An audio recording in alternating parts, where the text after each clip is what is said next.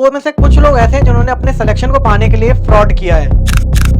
भारत का सबसे बड़ा एग्जाम कंडक्ट कराया जाता है यूपीएससी के द्वारा और सबसे ज्यादा प्रेस्टिजियस जॉब भी प्रोवाइड कराई जाती है यूपीएससी के ही द्वारा, जिसकी फुल फॉर्म कही जाए तो यूनियन पब्लिक सर्विस कमीशन यानी कि संघ लोक सेवा आयोग। ऐसे लोग जो इस एग्जाम को क्लियर कर लेते हैं और अपनी जॉब हासिल कर लेते हैं, जिनको सर्विस एलोकेट कर दी जाती है, वो आगे चल के भारत को चलाने में अपना योगदान देते हैं। लेकिन जब आपको पता चलेगा वो में से कुछ लोग ऐसे हैं जिन्होंने अपने सिलेक्शन को पाने के लिए फ्रॉड किया है। उन फ्रॉड पर जाने से पहले मैं आपको एक ऐसे व्यक्ति की स्टोरी बताना चाह रहा हूँ कि कार्तिक कंसल, जिन्होंने 5 बार यूपीएससी अटेम्प्ट किया, 5 बार ही यूपीएससी का इंटरव्यू दिया है और जिन्होंने 4 बार यूपीएससी का फाइनल सिलेक्शन हासिल किया है। कार्तिक कंसल की, जिन्होंने यूपीएससी का एग्जाम दिया था 2019 में, जिसमें उनकी रैंक आई थी 813। फिर एग्जाम दिया 2021 में उनकी रैंक आई थी 271। फिर 2022 में एग्जाम दिया, रैंक 784 और यूपीएससी सीएससी 2023 के एग्जाम में उनकी रैंक थी 829। कार्तिक कंसल 14 साल की एज से व्हील चेयर पे हैं और एक्चुअल में फिजिकली डिसेबल हैं, जिन्होंने 4 बार यूपीएससी का एग्जाम क्लियर कराया है, लेकिन यूपीएससी ने अभी तक इनको कोई भी सर्विस एलोकेट नहीं की है। जो भी डेटा मैं बता रहा हूँ वो आपको मेरे डिस्क्रिप्शन में विद लिंक मिल जाएगा। जहां एक और रियली फिजिकली हैंडीकैप व्यक्ति अपनी जॉब एलोकेट कराने के लिए यूपीएससी की वेटिंग लिस्ट में पड़ा है, वहीं पर कुछ ऐसे एस्पिरेंट, कुछ ऐसे सिलेक्टेड कैंडिडेट सामने आए हैं जिन्होंने अपने सिलेक्शन में फ्रॉड किया है, यानी कि उन्होंने फेक सर्टिफिकेट बनवाए हैं, चाहे वो कास्ट सर्टिफिकेट हो या फिर फिजिकली चैलेंज ह्यूमन का हो। उन्होंने अपने सिलेक्शन में फेक सर्टिफिकेट प्रोवाइड कराए थे। उनकी जो सोशल मीडिया प्रोफाइल है वो कुछ और कहती है, लेकिन यूपीएससी सिलेक्शन में जो उन्होंने सर्टिफिकेट प्रोवाइड कराए थे वो कुछ और कहते हैं।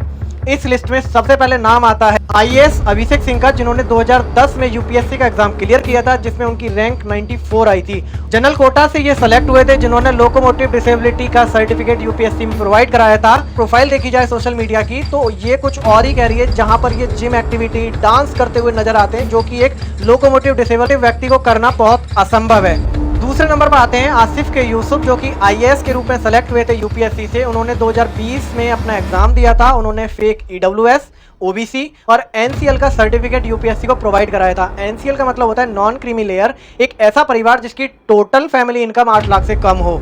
ये प्रूव हो चुका है कि इस व्यक्ति ने फेक सर्टिफिकेट प्रोवाइड कराया था। नंबर 3 पर आते हैं पीयूष खाटी, जिन्होंने ओएच कोटा के साथ अपना सिलेक्शन हासिल किया था, लेकिन इनकी सोशल मीडिया प्रोफाइल देखी जाए तो ये कुछ और ही कह रही है। ओएच का मतलब होता है ऑर्थोपेडिकली हैंडीकैप। इस व्यक्ति को डेली एक्टिविटी करने में, फिजिकल एक्टिविटी करने में परेशानी होनी चाहिए, लेकिन जहां इनकी सोशल मीडिया प्रोफाइल देखी जाती है तो वो कई सारी टूर्स कर रहे हैं, फिजिकल एक्टिविटी कर रहे हैं, तो ये सारी चीज़ें करना ओएच व्यक्ति के लिए थोड़ा पॉसिबल नहीं हो पाता और ये प्रूव हो चुका है कि इस व्यक्ति ने भी अपने सिलेक्शन के लिए फेक सर्टिफिकेट प्रोवाइड कराए थे। 4th नंबर पर आती हैं अनु बेनीवाल, जिनके फादर आईपीएस रह चुके हैं। उन्होंने अपना जो सिलेक्शन है वो ईडब्ल्यूएस कोटा के थ्रू पाया है। सो जिस लड़की के पिताजी आईपीएस हों तो वो ईडब्ल्यूएस कैटेगरी में कैसे आ सकते हैं।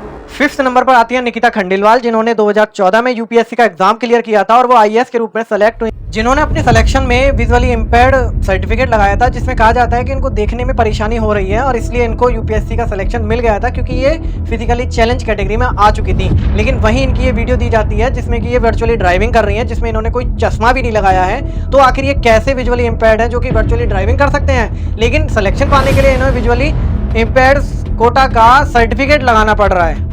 और ये लिस्ट बहुत लंबी हो सकती है, लेकिन उससे पहले पूजा खेड़कर, जो कि ट्रेनी आईएएस हैं पुणे में, जिनका तबादला कर दिया गया था वाशिंग जिले में, क्योंकि उन्होंने अपनी पर्सनल ऑडी कार पर वीआईपी नंबर के साथ में लैंप यूज करी थी, जो वीआईपी लैंप होती है वो यूज करी है। इसके साथ भी यही कहा गया है कि इन्होंने फेक ओबीसी, एनसीएल और कई सारे ऐसे सर्टिफिकेट प्रोवाइड कराए थे, जो कि फिजिकली चैलेंज ना होने के बावजूद उन्होंने खुद को फिजिकली चैलेंज पर्सन बता करके यूपीएससी का सिलेक्शन हासिल किया था। इन्होंने अपनी रैंक हासिल करी थी।